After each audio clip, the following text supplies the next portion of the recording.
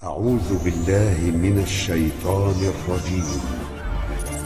بسم الله الرحمن الرحيم. Demikian pembahasan kali ini untuk faktor-faktor kelarutan. Ar-Rahimuna yarhamuhumur Rahman tabaraka wa ta'ala. Assalamualaikum warahmatullahi wabarakatuh. Jumpa lagi Sobat Pulsa, jumpa lagi dengan saya Pak Guru di Pak Bas Channel, channel YouTube yang membahas pembelajaran kimia di kelas. Pada video kali ini akan kita bahas materi tentang bab kelarutan dan hasil kali kelarutan atau KSP. Apa sih yang dimaksud kelarutan? Kelarutan adalah kemampuan suatu zat untuk melarut pada pelarutnya. Dalam hal ini pelarut air. Yang kita ketahui bahwa tidak semua zat dapat melarut di dalam air. Ada yang melarut dengan cepat, ada yang melarut dengan lambat, dan ada pula yang sukar melarut dalam air. Harus dengan perlakuan khusus atau penambahan zat tertentu agar zat tersebut dapat larut di dalam air. Maka cepat lambatnya suatu zat untuk melarut di dalam air dipengaruhi oleh faktor-faktor kelarutan sebagai berikut. Yang pertama, faktor pengadukan atau mekanik. Untuk faktor pengadukan, perhatikan contoh berikut ini. Jika kita ingin melarutkan gula ke dalam segelas air tanpa perlakuan pengadukan, maka gula relatif melarut itu lebih sedikit. Maka jika kita ingin gula lebih banyak kelarutannya, perlu teknik khusus yaitu pengadukan. Tujuannya apa? Untuk memperbesar luas bidang sentuh atau luas permukaan zat yang akan bereaksi dengan pelarutnya. Jadi, ketika kita melakukan pengadukan pada gula yang ada di dalam air, maka kelarutan gula akan semakin besar di dalam pelarut air. Untuk faktor kedua dari kelarutan adalah faktor suhu. Suhu memperluas jarak antar partikel dari zat terlarut. Sehingga semakin tinggi suhu, maka jarak antar partikel zat tersebut semakin renggang, menyebabkan ikatannya menjadi lemah. Oleh karena itu, zat pelarut mudah menarik atau mengikat partikel-partikel zat tersebut. Pada contoh dalam kehidupan sehari-hari, yaitu ketika kita minum obat. Obat disarankan diminum dengan air hangat atau air pada suhu ruang. Tetapi tidak disarankan dengan air yang bersuhu rendah atau air es. Tidak disarankan. Kenapa? Ketika kita minum obat dengan air es, maka partikel-partikel zat tersebut menjadi lebih rapat. Maka obat akan sukar terurai di dalam perut. Tetapi untuk obat yang diminum dengan pelarut yang bersuhu hangat, maka obat akan mudah larut dalam air karena partikel-partikel obat menjadi renggang, ikatannya lemah sehingga mudah ditarik oleh pelarut air yang hangat tersebut. Untuk faktor ketiga yaitu faktor dari jenis pelarut. Di sini ada pelarut polar dan pelarut non-polar. Untuk pelarut polar contohnya adalah air. Sedangkan pelarut non-polar contohnya adalah alkohol. Kemampuan zat untuk melarut itu bergantung dari jenis zat tersebut dan jenis pelarutnya. Untuk faktor jenis pelarut di sini adalah zatnya itu jenisnya harus sama dengan pelarutnya. Jika zatnya jenisnya polar, maka pelarutnya juga harus polar. Jika zatnya jenisnya nonpolar, maka pelarutnya juga harus jenisnya nonpolar. Itu akan memperbesar kelarutan zat. Contoh untuk jenis zat yang terlarut. Untuk pelarut polar itu cocok dengan jenis zat yaitu yang polar juga, misal asam, basa, dan garam.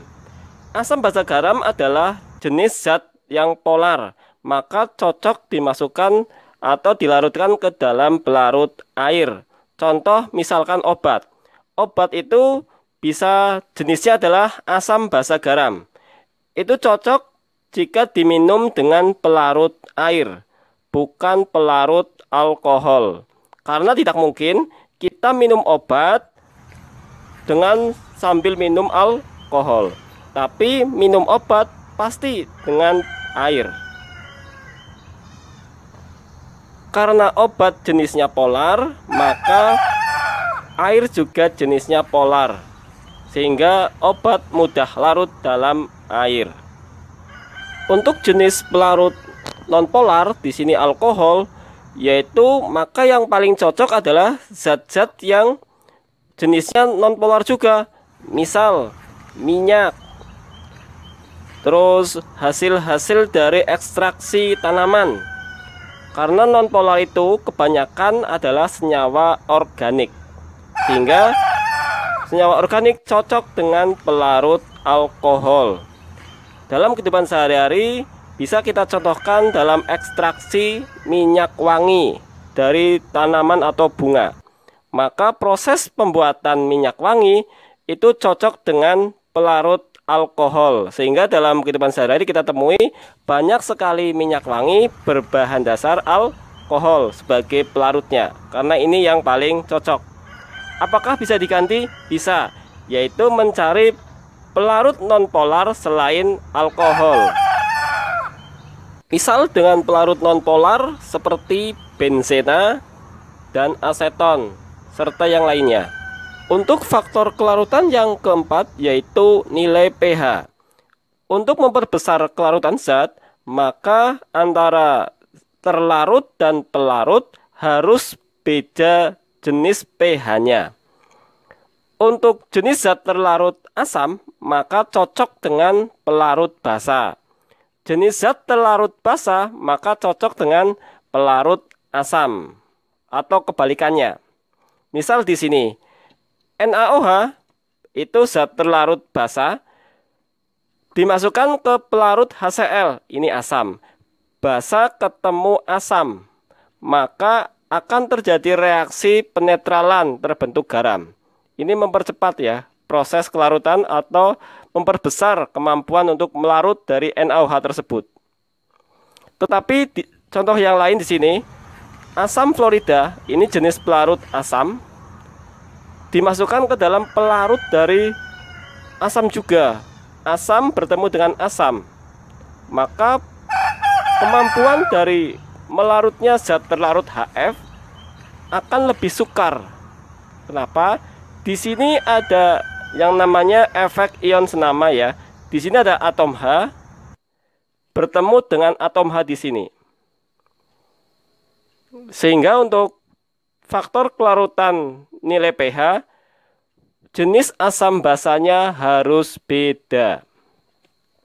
Sedangkan untuk faktor kelarutan yang kelima adalah efek ion senama atau efek ion sejenis. Semakin banyak atau semakin besar ion senama, maka kelarutannya semakin kecil.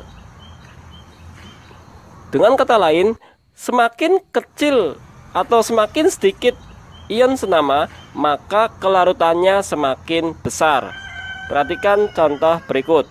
Di sini ada garam MgCl2 dimasukkan ke dalam larutan yang mengandung NaCl. Nah, manakah ion senamanya atau sejenis? Di sini garam mengandung ion Cl.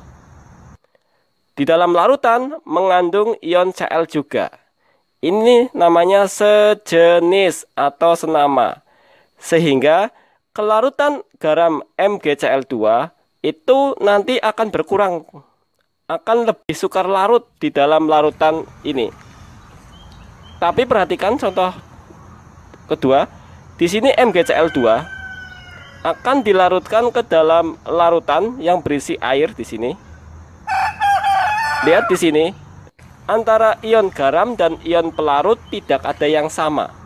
Maka otomatis untuk efek ion senama tidak terpengaruh, alias MgCl2 akan larut semua ke dalam air. Dengan kata lain, garam MgCl2 akan mudah larut jika pelarutnya tidak mengandung ion-ion yang sama dengan garam tersebut. Untuk percobaan ini, MgCl2 mudah larut dalam pelarut air. Sedangkan percobaan 1, ini MgCl2 sukar larut ke dalam pelarut yang mengandung NaCl karena ada efek ion senama. Seperti halnya untuk faktor yang pH, ini sama, efek ion senama, sukar larut. Ini tidak ada yang sama, maka mudah larut. Demikian pembahasan kali ini untuk faktor-faktor kelarutan. Terima kasih, jangan lupa subscribe, tekan tombol like, dan tinggalkan jejak komentar Anda pada video ini. Semoga video ini bermanfaat. Wassalamualaikum warahmatullahi wabarakatuh. Sallallahu ala Muhammad sallallahu alaihi wasallam.